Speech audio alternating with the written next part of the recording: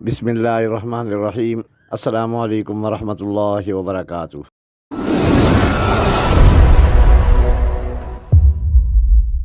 روحانیت کے جہاں سے آپ کا بھائی آپ کی خدمت میں ایک بار پھر حاضر ہے، ایک نئے مسئلے کے ساتھ، ایک نئی ویڈیو کے ساتھ۔ دوستو، آج کا عمل بہت ہی لاجواب قسم کا عمل ہے۔ اگر اعمال کے لحاظ سے دیکھا جائے تو الحمدللہ ثم الحمدللہ جو بھی اعمال پیش کیے ہیں سب کے سب اپنی جگہ پہ لاجواب قسم کے عمل ہیں۔ انسان کسی ایک عمل کو پکڑ لے اور اس پہ عمل شروع کر دے تو زندگی ناکامی میں جو گزر رہی ہوتی ہے وہ ناکامیاں ختم ہو کے کامیابیوں میں بدل جاتی ہیں میرے مولا کے فضل سے۔ لیکن ہم انسان اس طرف آتے نہیں ہیں۔ ہمارے ذہن، ہمارا کردار یہ ثابت کرتا ہے کہ ہم یہ کہتے ہیں کہ کوئی بس ہمیں محنت نہ کرنی پڑے، ہمیں کچھ بھی نہ کرنا پڑے، بس ایک تعویذ ہمیں مل جائے، وہ ہم گلے میں ڈال لیں اور سارے کے سارے مسئلے پل بھر میں ختم ہو جائے۔ دوستو، میرے اللہ پاک کے کوئی قاعدے قانون ہوتے ہیں، اسی کے ساتھ چلنا پڑتا ہے۔ اور ویسے بھی اللہ پاک نے فرمایا ہے کہ جیسے جتنی ماں ایک بچے سے پیار کرتی ہے اس سے 70 گنا زیادہ میں اپنے بندے سے پیار کرتا ہوں۔ تو ماں کبھی بھی اپنی اولاد کے بارے میں، چاہے بیٹی ہو چاہے بیٹا ہو، اس کے بارے میں کوئی ایسا نہیں سوچتی کہ جس میں اس کا نقصان ہو یا اسے تکلیف پہنچے۔ وہ خود تکلیف برداشت کر لیتی ہے لیکن اولاد کو تکلیف نہیں ہونے دیتی۔ تو جب ماں سے 70 گنا زیادہ میرا رب اپنے بندے سے پیار کرتا ہے تو آپ خود اندازہ کر لیں کہ وہ کتنا کریم ذات ہے، وہ کتنا پیار کرتا ہوگا اپنے بندے سے۔ اور یہی وجہ ہے کہ جب ہم کوئی دعا مانگتے ہیں، ہم کوئی وظیفہ کرتے ہیں اپنی مشکلات کے حل کے لیے، کیونکہ ہماری زندگی گناہوں کی دلدل میں دھسی ہوئی ہے، جس کی وجہ سے ہمارے اوپر مصیبتیں اور تکلیفیں آنے والی ہوتی ہیں جن کا ہمیں علم نہیں ہوتا، اور اسی وجہ سے جب ہم اللہ سے دعا کرتے ہیں یا کسی مشکل کے حل کے لیے وظیفہ کرتے ہیں تو جس مشکل کو ہم بہت بڑی مشکل سمجھ رہے ہوتے ہیں کوئی اس سے بھی بڑی مشکل آنے والی ہوتی ہے۔ اللہ پاک اس وظیفے کے صدقے، اس عمل کے صدقے یا اس دعا کے صدقے وہ مصیبت کو ٹال دیتے ہیں، اور ہم ایک دفعہ پھر نئے سرے سے ایک نئی مایوسی میں شکار ہو جاتے ہیں کہ اوہو، ہم نے تو یہ وظیفہ بھی کیا، یہ وظیفہ بھی کیا، لیکن ہمارا کام نہیں بنا، تو ہم ان چیزوں سے نا امید ہو جاتے ہیں۔ دوستو، اللہ کی رحمت سے کبھی مایوس نہیں ہونا چاہیے۔ یہ کیسے ہو سکتا ہے کہ انسان محنت کرے اور اس کا صلہ اس کا رب نہ دے؟ رب کسی کے محنت کو ضائع نہیں کرتے، وہ اللہ کریم سب کی محنت کا پھل اسے، اس کی مزدوری، اس کا پسینہ خشک ہونے سے پہلے، اس کا وظیفہ مکمل ہونے سے پہلے ادا کر دیتے۔ صرف یہ ہمارے اعمال ہوتے ہیں جن کی وجہ سے دیر سویر ہو جاتی ہے۔ تو دوستو، آج کا عمل بھی اسی حوالے سے ہے کہ زندگی میں کسی قسم کی آپ کو کوئی پریشانی ہے، زندگی میں مال و دولت کی پریشانی ہے، گھر میں پیسہ آتا ہے، بہت پیسہ آتا ہے لیکن پیسے کا پتہ نہیں چلتا، یا یہ ہوتا ہے کہ پیسہ آتا ہی نہیں، غربت میں دن گزر رہے ہیں، یا کوئی کاروبار آپ نے کیا، اس کاروبار میں ترقی نہیں ہو رہی، کاروبار دن بدن کم ہوتا جا رہا ہے، دکان پہ کسٹمر آتے ہی نہیں، اگر آتے ہیں تو ریٹ پوچھ کے چلے جاتے ہیں، کوئی چیز خریدتے نہیں۔ اسی طریقے سے آپ نے کسی کا قرض دینا ہے اور قرض واپس کرنے کے لیے کوئی طاقت پیدا نہیں ہو رہی، کوئی سبب پیدا نہیں ہو رہا کہ کیسے وہ ادا کریں۔ تو دوستو، سچے دل کے ساتھ دنیا کا کوئی بھی مسئلہ ہے، سچے دل کے ساتھ، خاص کر مالی پریشانیاں، ایک دفعہ آؤ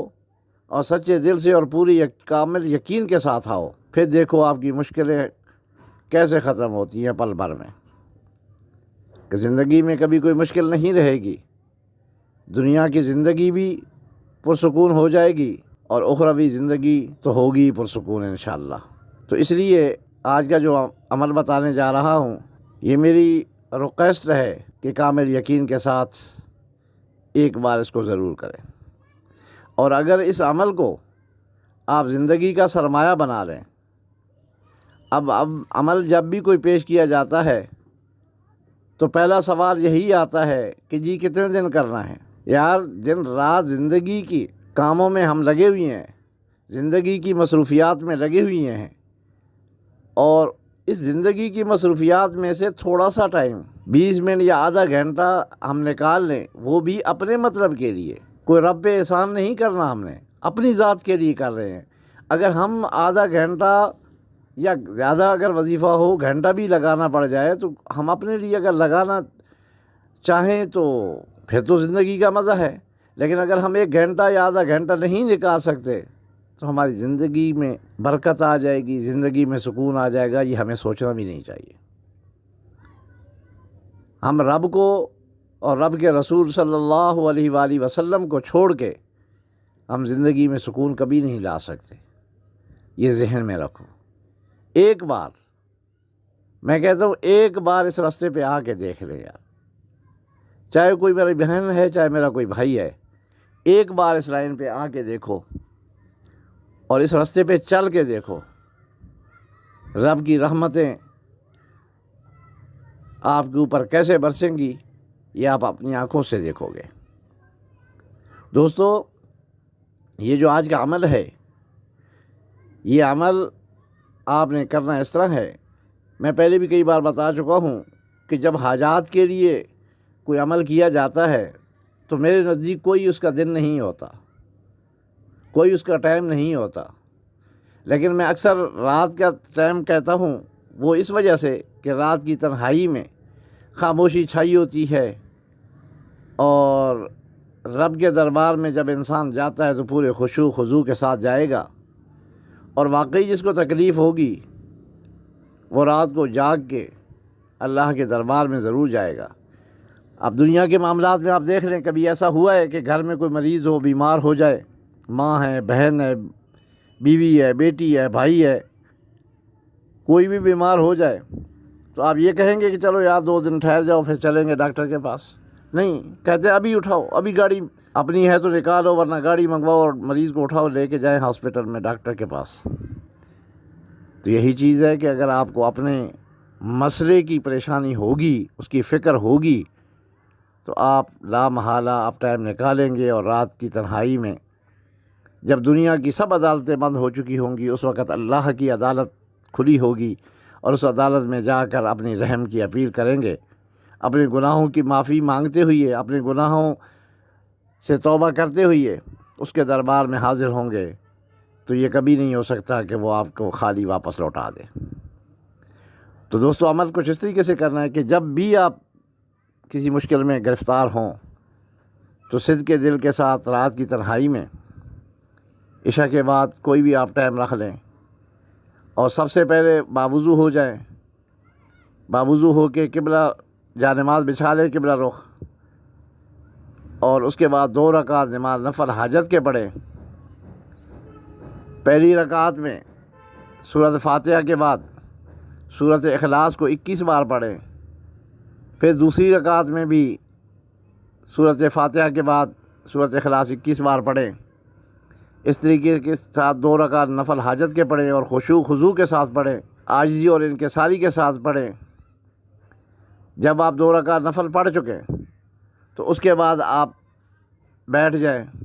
بالکل عاجزی اور انکساری کے ساتھ، جس طرح بندہ کسی بڑے کے سامنے کھڑا ہوتا ہے کچھ مانگنے کے لیے تو کس ادب احترام کے ساتھ بات کرتے ہیں، اسی انداز میں سب سے پہلے آپ درود پاک پڑھیں 11 بار۔ اگر درود ابراہیمی آپ کو آتا ہو تو سب سے اچھا درود پاک ہے کہ وہ پڑھ لیں، اور اگر نہیں آتا تو کوئی بھی درود پاک آپ کو آتا ہے وہ پڑھ لیں، لیکن 11 بار پڑھیں۔ درود ابراہیمی پڑھ لینے کے بعد آپ نے آیت کریمہ لا الہ الا انت سبحانک انی کنت من الظالمین، لا الہ الا انت سبحانک انی کنت من الظالمین، ذرا اس کے مفہوم کی طرف توجہ دے کے پڑھو۔ لا الہ، کوئی نہیں تیرے سوا، الا، مگر، انت، تو ہی، لا الہ، کوئی نہیں، الا، مگر، تو ہی، مولا کوئی بھی نہیں ہے حاجت روا، مشکل کشا، تیرے بغیر کوئی نہیں ہے، نہ کوئی دنیا کے کوئی رشتے ہیں، نہ کوئی اور کوئی بھی نہیں ہے، الا انت، مگر تو ہی ہے، سبحانک، پاک ہے ذات تیری، انی کنت من الظالمین، بے شک میں نے اپنے جان پر خود ظلم کیا ہے، یعنی کہ جو گناہ کیے ہیں تو اپنی سزا کے لیے کیے ہیں، اپنے وہ نقصان ہوا ہے اس سے میرا، تو یہ میں نے ظلم کیا اپنی جان کے اوپر۔ یہ چیز ذہن میں رکھ کے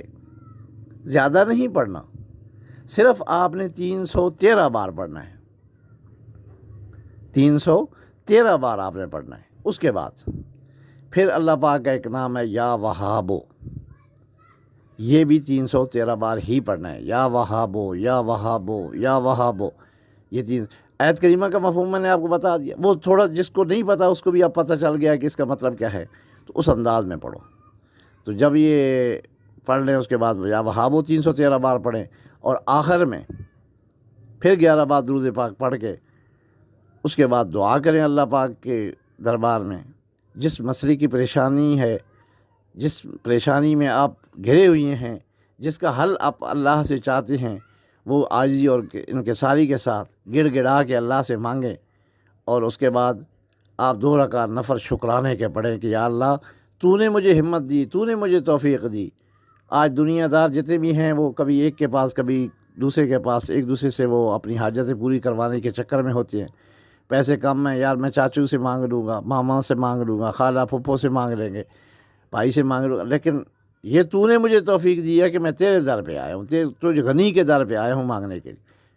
تو یہ اس چیز کے شکرانے کے نفل ادا کر لیں، اس کے بعد آپ اٹھ جائیں۔ تو میرے دوست، اگر جو انداز بتا رہا ہوں اس انداز میں اگر آپ نے پڑھا تو میں آپ کو یقین سے کہتا ہوں کہ 3 سے 5 دن کے اندر اندر آپ کی مشکل حل ہو جائے گی۔ بہرحال یہ آپ عمل جاری کریں اور اس وقت تک جاری رکھیں کہ جب تک آپ کے مسئلہ حل نہیں ہو جاتا۔ دوستو، عمل کے متعلق بڑی تفصیل کے ساتھ ویڈیو تھوڑی لمبی ہو گئی ہے، میں نے تفصیل کے ساتھ آپ کو بتا دی ہے۔ پھر بھی اگر کسی چیز کی آپ کو سمجھ نہ آئی ہو یا کوئی ذہن میں سوال ہو تو آپ مجھے کمنٹ سیکشن میں یا وائس میسیج میں اس نمبر پہ وائس میسیج کر کے آپ مجھ سے پوچھ سکتے ہیں، میں انشاءاللہ رہنمائی کرنے کی پوری کوشش کروں گا۔ جزاکم اللہ فی الدارین خیرا کثیرا۔ دعاؤں میں اس چیز کو بھی یاد رکھیے گا۔ السلام علیکم ورحمۃ اللہ وبرکاتہ۔